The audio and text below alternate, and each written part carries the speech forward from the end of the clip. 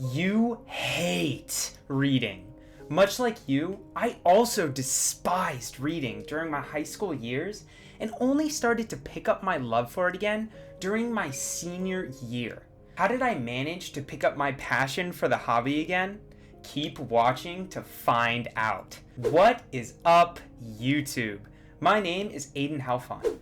I am a freshman Cornell University student who helps people reawaken their love for learning by giving video book summaries and actionable tips on kickstarting your learning journey. Today, I'm going to be talking about why you hate reading so much. I will first discuss my reading journey and then reveal how I managed to pick up a reading hobby again upon entering my senior year of high school. As a kid, reading was one of my fiercest passions. I reveled in the various worlds I could immerse myself in, or knowledge I could acquire, whether through the works of a revered fantasy writer or the facts in a great nonfiction book. All throughout elementary and middle school, I devoured books by the week and spent hours at a time reading in my bed before going to sleep. However, as I grew older and started high school, I noticed that my reading obsession became less and less prevalent. So I asked myself, what had changed? Nowadays, reading is seen by many as a chore. The internet and social media offer a much more tempting pastime. In a world where the click of a finger opens up the entirety of the internet, books are seen as unnecessary and mundane in comparison. Why waste time scouring text for knowledge when you could simply search it up in 5 seconds? Unfortunately, the education system hasn't done much to help either. In elementary and even middle school, students were encouraged to read whatever they wanted for fun. The situation completely changed going into high school. Long, boring texts of nonfiction or American classics are forced upon students with no concern for whether they want to read them in the first place. For me, books stopped being something I associated with fun and relaxation. They became another homework assignment that needed to be completed to finish the English paper due next Friday. Even my father, a literature professor, told me how he now finds it hard to concentrate reading long texts compared to the temptations of his iPad. One day, during my junior year of high school, I walked into the library for study hall. Somehow, the librarian and I got caught up in a conversation about books and literature in general. She told me about the most recent book she had been reading and how it consumed her time outside of school. As I asked questions about the book, her excitement only grew. She recounted so many details, she practically spoiled the entire thing before I'd even read it. Hoping to talk her down, I asked if she could check it out for me, knowing I would probably read a couple of pages before getting bored and returning a few weeks later. However, when she pulled up my profile on the library computer, I was baffled by the results.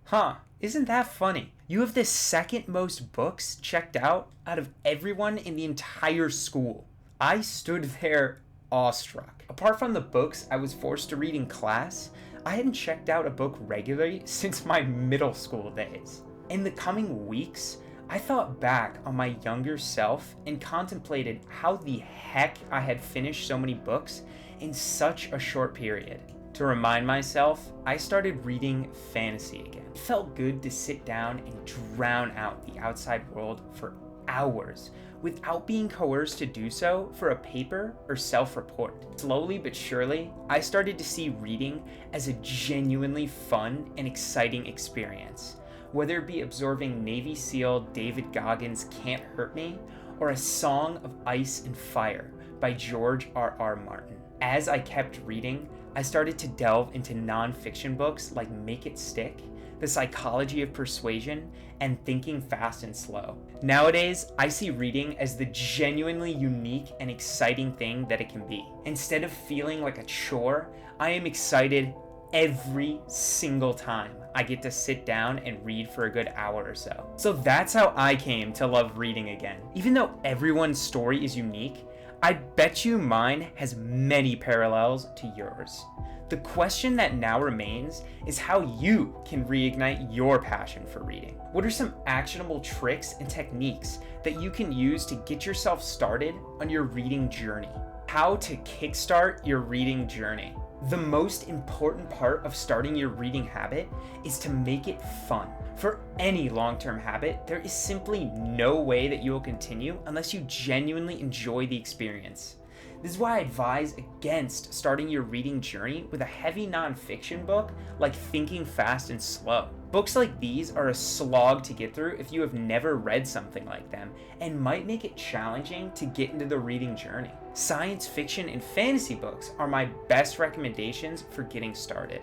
Some people say that these types of books aren't real reading because you aren't actively learning new things. That is a load of rubbish. In my reading journey, I started with Game of Thrones by George R.R. Martin because of my love for the television series. As for some recommendations that I think would help you get into it, I believe any series by Brandon Sanderson, like the Mistborn trilogy and the Stormlight Archives, is a great place to start. If you are looking for something more sci-fi, I would recommend The Martian. My second tip is to give yourself a reading goal every single day. It's one thing to say that you will start reading, and entirely another to actually do so. To get myself to read, I actually have an action on my to-do list reminding to read for 30 minutes every single day. You can even utilize an implementation intention to read by scheduling it in your calendar. This works by putting down a time that you will read and a place as well. I have even seen some people create a Google Sheet with a daily page count. At the end of every day, they add up the total number of pages they read and put it in their sheet. Another fantastic reading tip is to utilize the power of productive downtime. Productive downtime works off the fact that we all have random times in our day when we're free for 5 to 10 minutes. This could be on our bus ride to school, standing in line for our coffee, or during our wait to work, during our wait to meet a friend for lunch. Most people spend this time scrolling through social media or standing like a statue. Instead, use this time for reading. It may not seem like much, but those 5 to 10 minutes add up to an insane amount of time in the long run, and have led to me reading hundreds of more pages than I would have otherwise. Another thing that has helped me immensely is to read or watch book summaries on YouTube before I decide to pick up a book. Doing this beforehand ensures that you are at least interested in the book before you pick it up, which makes it vastly more likely you will like it when you do read it.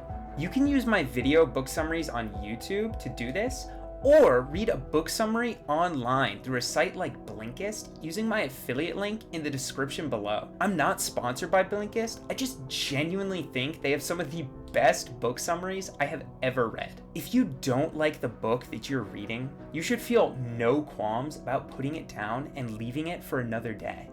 I believe that you should treat books like blog posts rather than sacred objects. If you're 50 pages into a book and you don't feel any urge to keep reading, put it down. When you are first getting into your reading habit, it's especially dangerous to force your way through a book you don't enjoy, because it could ruin your progress towards setting that habit in stone. Finally, my last tip for kickstarting your reading habit is to listen to books instead. Audible is easily my favorite app subscription, even above Readwise. By far the most popular and trending app for Audible books, it allows you to listen to books rather than just read them. You can listen while doing the dishes, driving back from home, or sitting down in the bath. I definitely don't do that. This subscription has single-handedly doubled the number of books I read, and it can do the same for you. Premium Plus subscription costs $14.95 a month, but the Plus subscription only costs $7.95. Get access to your favorite fantasy series or a good nonfiction book now by checking out my link in the description below. These are some of the best tips and tricks I have for getting started on your reading journey. If any of this sounds interesting to you, check out the Stormlight Archives or the Mistborn series in the description down below. Start your reading journey today. Solidifying a reading habit has been the single most significant factor in determining the person I am today, and I believe it can be the same for you. If you like this video, be sure to check out my video on how to skyrocket your reading comprehension, as well as Blinkist, the best book summary website I know of. Both of these videos will help you along the journey of reading success. As always, I hope you have a fantastic day, and bye-bye.